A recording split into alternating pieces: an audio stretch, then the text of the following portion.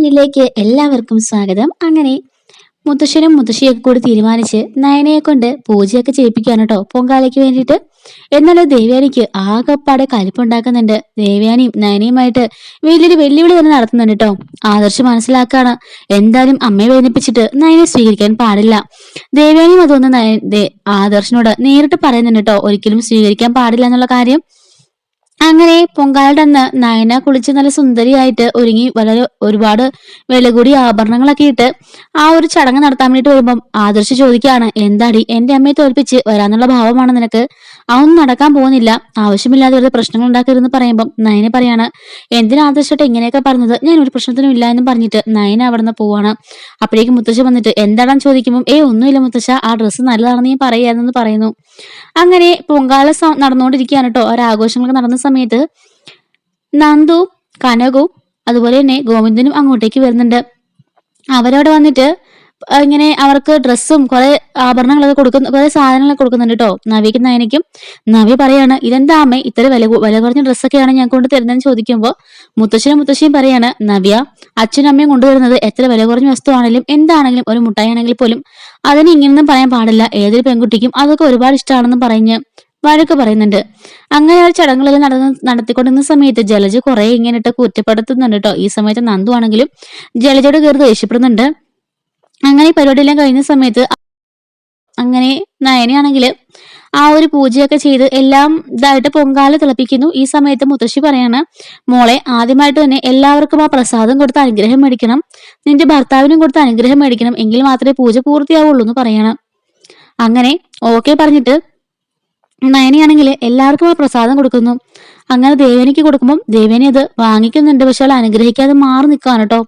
അടുത്തായിട്ട് നയന നേരെ ആദർശിന്റെ അടുത്തേക്ക് പോകുമ്പം ആദർശ് ആ പൂവ് ഇങ്ങനെ എടുത്തിട്ട് അവളെ ആശീർവദിക്കാതെ ആ പൂ വലിച്ചെറിഞ്ഞിട്ട് പറയാണ്, ഒരിക്കലും നിന്നെ ഞാൻ എന്റെ ഭാര്യയായിട്ട് അംഗീകരിക്കില്ല, നീ എന്റെ അമ്മയെ വെല്ലുവിളിച്ചതൊക്കെ ഞാൻ കേട്ടു, നീ എന്താണ് വിചാരിച്ചത്? വലിഞ്ഞു കയറി വന്നിട്ട് എന്റെ അമ്മയുടെ എന്നെയും പിരിക്കാന്നാണ് നീ കരുതിയത്?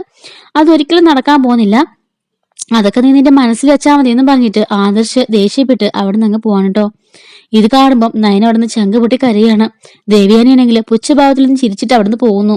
അങ്ങനെ എല്ലാവരും തന്നെ ആ ഒരു വിഷമത്തിലകത്തേക്ക് കയറി പോവാണ്. നവ്യാണെങ്കിലോ നവ്യക്ക് ഭയങ്കര സന്തോഷമാണ് കേട്ടോ. കാരണം അവക്ക് കിട്ടേണ്ട സ്ഥാനമൊന്നും കിട്ടാതെ നയനയ്ക്ക് കിട്ടിയില്ലോ എന്നോർത്തുള്ള ഒരു ദേഷ്യവും ഉണ്ടായിരുന്നു നവ്യക്ക്.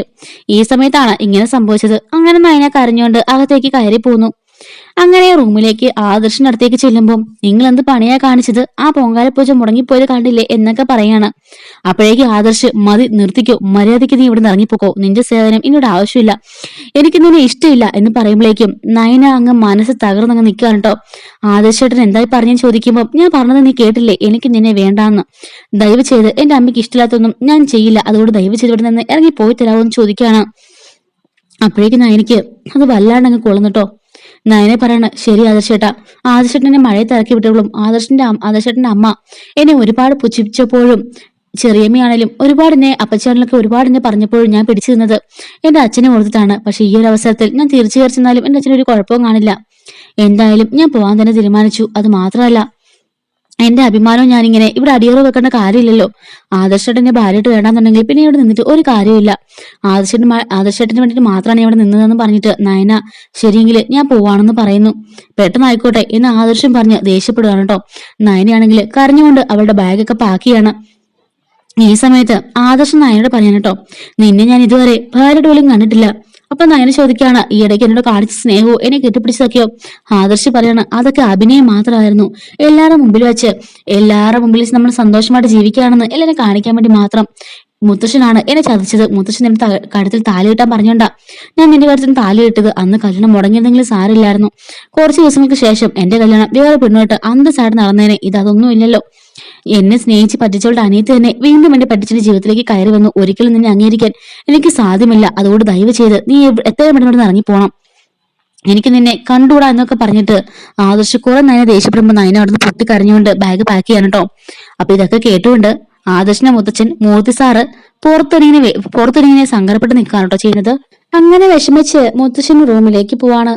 ഈ സമയത്ത് താഴെ എല്ലാവരും സങ്കടപ്പെട്ട് നിൽക്കുകയാണ് കേട്ടോ. ചെറിയമ്മയും ചെറിയച്ഛനും ജയനും ഒക്കെ എല്ലാവർക്കും ആകെപ്പാടെ മനസ്സ് തകർന്ന അവസ്ഥയിൽ നിൽക്കുകയാണ്. ദേവിയാനാണെങ്കിലോ താനാണ് ജയിച്ചതെന്ന പേരില് അഹങ്കരിച്ച് ഇങ്ങനെ നിൽക്കുകയാണ് കേട്ടോ ചെയ്യുന്നത്. ഈ ഒരു സമയത്ത് അങ്ങോട്ടേക്ക് നവ്യ ചിരിച്ചുകൊണ്ട് നിൽക്കുകയാണ്. ആദർശാണെങ്കിൽ റൂമിലൂടെ അങ്ങോട്ടും ഇങ്ങോട്ടും നടന്നുകൊണ്ടിരിക്കുകയാണ് കേട്ടോ. അപ്പോഴേക്കും നയന വീണ്ടും ആദർശനടുത്തേക്ക് വരുമ്പം ആദർശ് ചോദിക്കുകയാണ്, നീ ഇതുവരെ പോയില്ലേന്ന് ചോദിക്കുമ്പോൾ, ഞാൻ ഒരു തവണയെങ്കിലും ആഗ്രഹിച്ചു ആദർശേട്ടൻ, ഞാൻ അപ്പുറത്തെ ദേഷ്യത്തിൽ പറഞ്ഞതാ നീ പോവണ്ട എന്ന്. പക്ഷെ എനിക്ക് ഇപ്പം മനസ്സിലായി ആദർശൻ എന്നെ പൂർണ്ണമായും വെറുത്തുവെന്ന്. അതല്ലാന്നുണ്ടെങ്കിൽ നീ ഇവിടുന്ന് പോയില്ലെന്ന് ചോദിക്കില്ലായിരുന്നല്ലോ. അതുകൊണ്ട് ഇനി ഞാൻ നിൽക്കുന്നില്ല ആദർശേട്ടാ, ഞാൻ പോവാണെന്ന് പറഞ്ഞിട്ട് നയനയാണെങ്കിൽ ബാഗൊക്കെ വീണ്ടും പാക്ക് ചെയ്തുകൊണ്ട് ഇങ്ങനെ ഇരിക്കുകയാണ് കേട്ടോ. അങ്ങനെ മുത്തശ്ശൻ ആ ഒരു വിഷമത്തില് ഹാളിലേക്ക് ഇങ്ങനെ സ്റ്റെയർ വഴി ഇറങ്ങി വരികയാണ്. ഈ സമയത്ത് ഹാളിൽ എല്ലാവരും ഇരിപ്പുണ്ട് കേട്ടോ. മുത്തശ്ശൻ ഇങ്ങനെ ഇറങ്ങി വരുമ്പോ തന്നെ മുത്തശ്ശൻ ചങ്കത്ത് ഇങ്ങനെ കൈവച്ചുകൊണ്ടാണ് ഇറങ്ങി വരുന്നത്. ഇറങ്ങി വന്ന് എല്ലാവരുടെ മുമ്പിലേക്ക് മുത്തശ്ശൻ കുഴഞ്ഞു വീഴാണ് കേട്ടോ. അപ്പൊ എല്ലാരും പേടിച്ച് മുത്തശ്ശാന്ന് വിളിച്ചുകൊണ്ട് എല്ലാരും ഓടി അടുത്തേക്ക് ചെല്ലുകയാണ്. അയ്യോ എന്താ പറ്റിയെന്ന് ചോദിച്ചുകൊണ്ട് മുത്തശ്ശിയും ചെല്ലുകയാണ്. അങ്ങനെ എല്ലാവരും കൂടി വെള്ളമൊക്കെ തളിക്കുന്നു. എന്താ പറ്റിയെന്ന് ചോദിച്ചുകൊണ്ട് എല്ലാരും ആദർശയെന്ന് വിളിച്ചു പോവാണ്. അങ്ങനെ ആദർശ നയനങ്ങളെ കൂടിയിട്ട് അവിടുന്ന് ഇറങ്ങി ഓടി വരാണ്. എന്താ പ്രശ്നം എന്ന് ചോദിക്കുമ്പോ എന്താന്ന് അറിയില്ല, പെട്ടെന്ന് മുത്തശ്ശൻ കുഴഞ്ഞു വീണെന്ന് പറയാൻ കേട്ടോ.